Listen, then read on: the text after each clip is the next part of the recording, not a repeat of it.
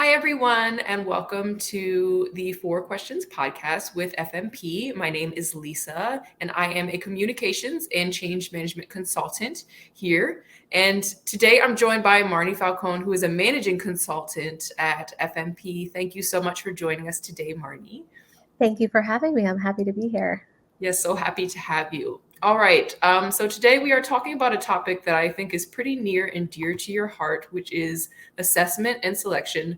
And before we jump into our questions for today, can you just give us a brief overview of what this means? Sure. So selection and assessment is really the science of evaluating individuals for different job opportunities. So that can be internal promotion. It could be an applicant for a job opportunity or evaluation for performance. So it's really meant to evaluate an individual's qualifications for a particular job. Thank you for that. And that's super helpful, especially for someone like me who does not necessarily come from a human capital background. And so when I came into FMP, I heard a lot of terms like this, and I could assume somewhat what they meant, but that's super helpful. So thank you for that. And now we're just going to jump into our normal four questions of the podcast. Number one being, what originally got you interested in assessment and selection? Yeah, so fairness and equity has always been really important to me, even as a child. So I think my favorite saying growing up was, "That's not fair," whether it be in the classroom or a ball field or in a social setting. So it really isn't that surprising that I was drawn to a field in my professional life that is focused on fair and equitable access to job opportunities. Awesome. And so I know you're going to be attending the Society for Industrial and Organizational Psychology, or SIOP's, annual conference this year in Seattle. And you're going to be on a panel discussing modernizing federal hiring through competency-based approaches to assessment. So can you tell me a little bit about what led you and your colleagues who are going to appear on this panel to really tackle this? Sure. So my colleagues and I all have a long history in topics related to selection and assessment and have really worked in this space for many, many years. And the driving force behind our session is the executive order that focuses on enhancing the effectiveness and equity in federal talent acquisition.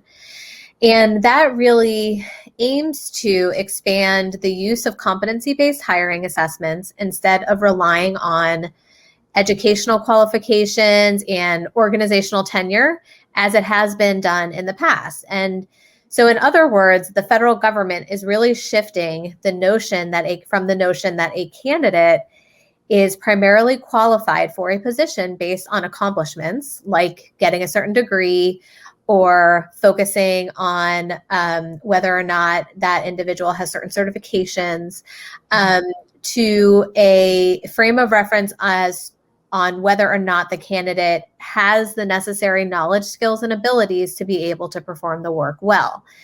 So this is actually a really big shift in the way that the federal government has been operating. And it will require work to modernize these processes. But the result will be more equitable access to job opportunities for candidates. And that really aligns more closely to the broader diversity, equity, and inclusion accessibility priorities that are really trending and being prioritized across the federal government. That's actually really exciting to hear. And just really forward thinking. So that's really exciting developments that are happening right now.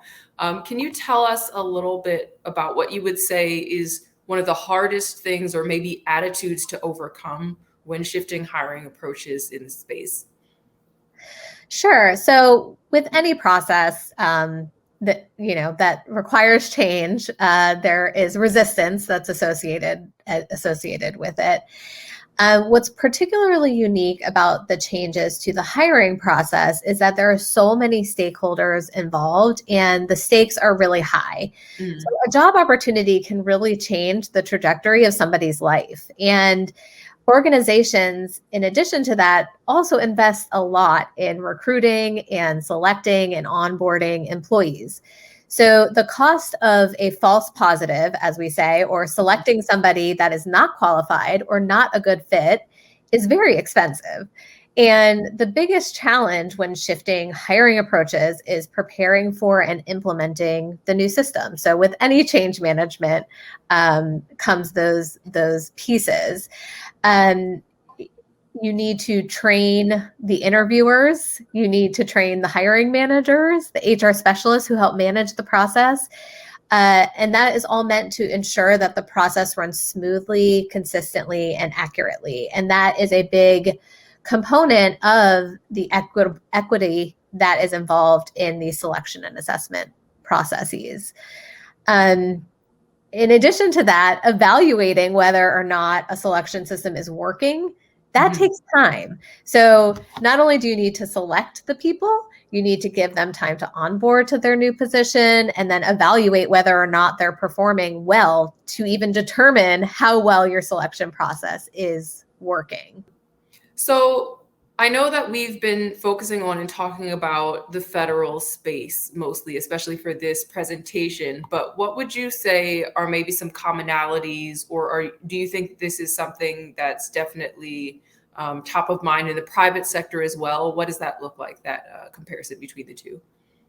Yeah, I think that there is consistency across industries, mostly because of federal regulations and requirements that organizations have their selection and assessment systems developed with validity and legal defensibility that is required by law. So there's consistency there.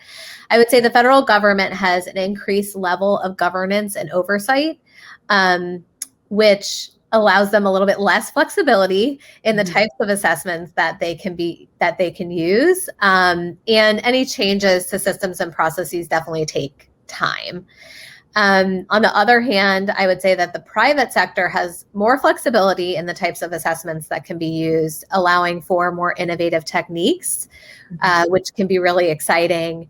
But they also have less oversight and guidance to effectively implement these practices so that they are valid and legally defensible if challenged. So there really are pros and cons to each. Okay. Well, that is super helpful. I know that we've used up all our time and asked all our questions. Thank you so much once again for helping us think through a little bit of what assessment and selection means, what it means in the federal versus private sector, and just giving us a taste of what you'll be talking about at SIOP. So I'm super excited to see you there virtually, not in person, because unfortunately I'm not going this year. But thank you for your SME and for joining us on this podcast. Yes, thank you so much, Lisa.